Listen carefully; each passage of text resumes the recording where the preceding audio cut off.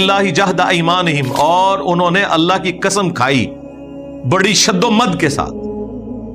کیا قسمیں کھاتے تھے؟ لا یبعث اللہ من یموت، کہ اللہ تعالیٰ مرنے کے بعد کسی کو زندہ نہیں کرے گا۔ جی یہی ہے طریقہ۔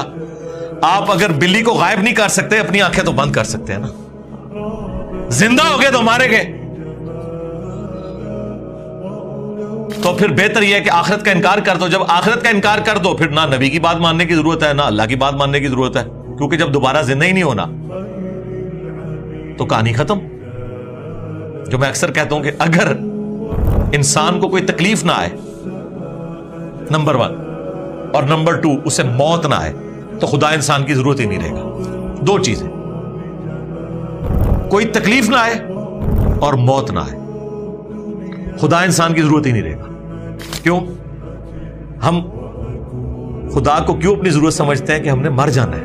جب مر جانا ہے اس کا مطلب ہم اپنی زندگی کے مالک نہیں ہیں، اور جب مر کے دوبارہ زندہ کیے جائیں گے تو پھر وہ ہم سے پوچھے گا، ہاں جی تمہیں تو میں نے بھیجا تھا، جہنم میں پھینک دے گا، کیا کر لیں گے؟ اور اگر ہم مرے ہی نہ تو دوسرے چانس یہ تھے کہ اس دنیا میں عذاب دے، تو وہ میں نے پہلے آپ کو بتا دیا کہ ہمیں کوئی تکلیف نہ آئے۔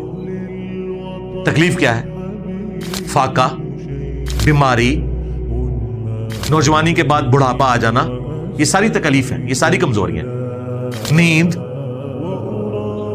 بھوک، ٹوائلٹ جانا، یہ ساری کمزوریاں ہیں۔ ان میں سے کوئی بھی نہ ہو اور دوسری چیز کیا مل جائے؟ موت نہ آئے، تو سرکار دنیا میں ہی جنت ہے، خدا ہماری ضرورت ہی نہیں ہے۔